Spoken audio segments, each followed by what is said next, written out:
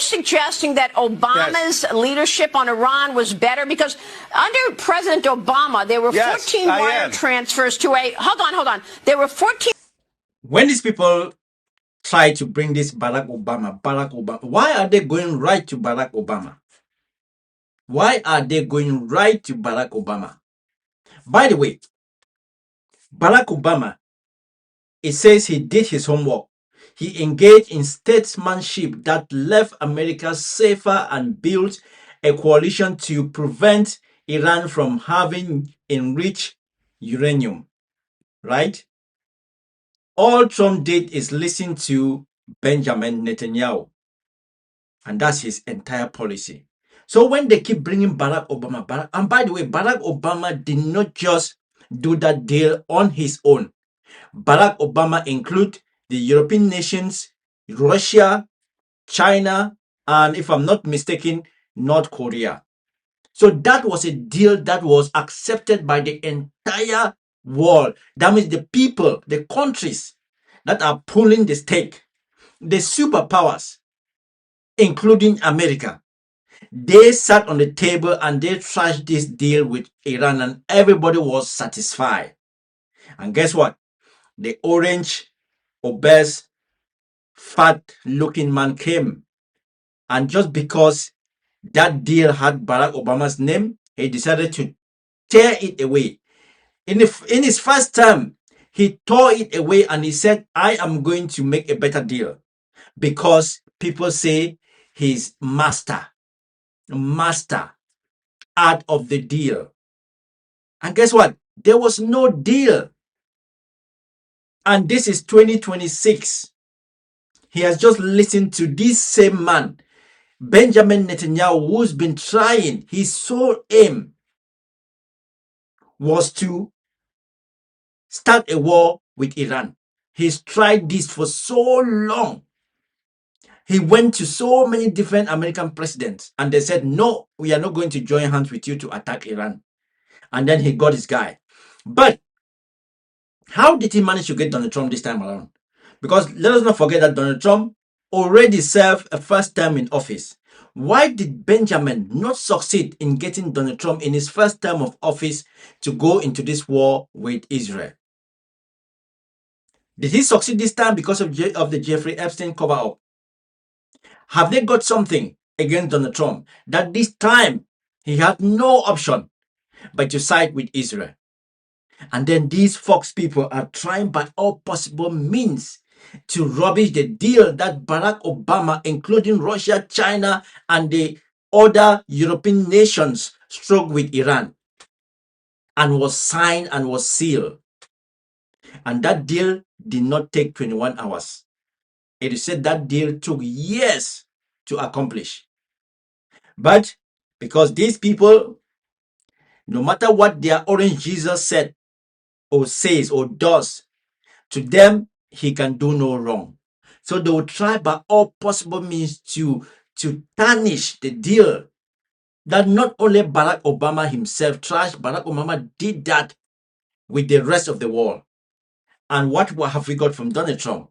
We've only got war. There's no deal. Every day he says, very soon there will be a deal. Very soon. And Iran say, what are you dealing with? You keep saying very soon.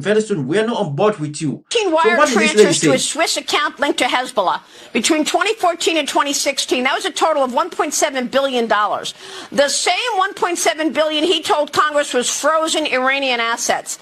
Now, there was a back channel to Tehran through Valerie. And guess what? Donald Trump just uplifted the ban on oil that belongs to Iran that was on the sea.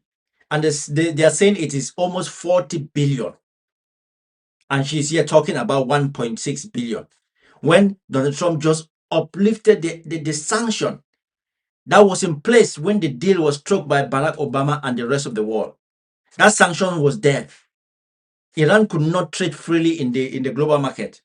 But now, they've just given Iran 40 billion. Barrett, active for 2012 to 2024. This was after he left office. So, you know, it was almost like a shadow government. He also sent pellets of cash in a... Sometimes before you listen to these people, you just need to disguise yourself. Because some of the things that they say sometimes makes you wonder, What is wrong with these people? Plane to Iran. Now, why would you send money to Iran knowing that they are building a nuclear weapon and they are the leading sponsor of terrorism? That's a good question. That's a really good question that she's asked. Why would you send money to Iran knowing that they are building a nuclear weapon? Did they build a nuclear weapon? She's talking about Barack Obama back in 2008. Did they build any nuclear weapon? Was it 2010, 2008 to 2012, and then 2012 to 2016? Did they build any nuclear weapon? No. So what are we talking about?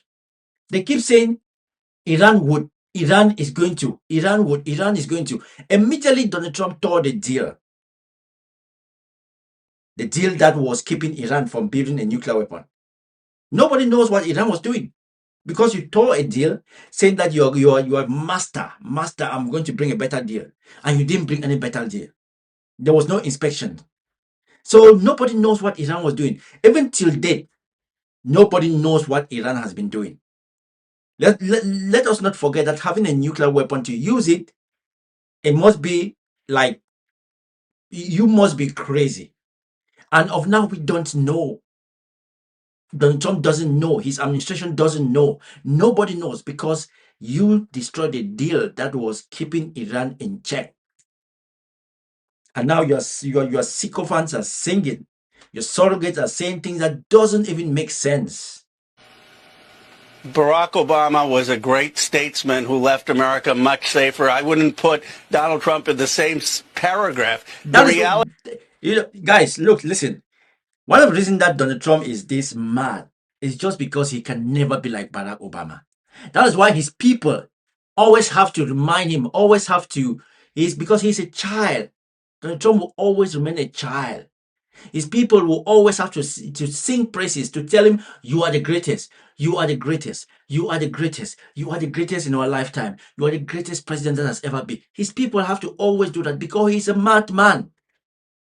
He's a madman. They are scared because they know that if they don't keep singing his praises, if they don't keep giving him all this sweet talk, this man can do something crazy. And that's why he's so mad, because he will never be like Barack Obama. Can you imagine that they will even say Donald Trump is the fittest president ever? Look at the size of the man. Look at how his skin is his skin looks so bad. And they will tell us that Donald Trump is what? 200 pounds of muscles. His body fat is in the single digit. Like, come on, people. Come on, Americans. You guys are better than this. The reality is, when President Obama left, because of the great efforts of people like Valerie Jarrett, we had 97% of the enriched uranium out. The reality is we didn't have 13 American service members dead. The reality is we never had gas go up from $2.30 to $4. These are realities. What is naming? These are the things that were not there before this war. These are not fictions. These are not things that you are thinking in your mind. These are realities. The reality is we did not give China more role in the region. Let me finish, Maria. I'll let you finish. Okay, we didn't give China more role in the region. We did not give the IRGC a more hardline regime in there. You know why? Because Obama actually did his homework. He actually tried to engage in statesmanship. He got China, Russia. When you see somebody is responding to you like the way she is, yeah, it's like, oh, you got me. Oh shit. I wasn't expecting you to say that. You know already. Entire European allies on board with getting Iran on a path to not having a nuclear weapon. All Trump did is listen to Netanyahu. That's his entire foreign policy. And you know what? I resent the fact that Israel is going to tell the United States what to do. The American president should call the shots in this country.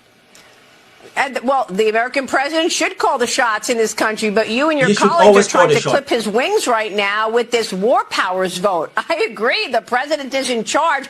But look, a lot of the things that you just said are just not true, Congressman. I mean, look, we have to look at this realistically. And President Obama sent money to the Iranians. And what did they do? They resumed their buildup of enrichment. That's not true. That is not true. Because Iran hasn't built any nuclear weapon. you guys have to remember that after Barack Obama was President Trump, and then when President Trump came, President Trump destroyed the deal that was signed.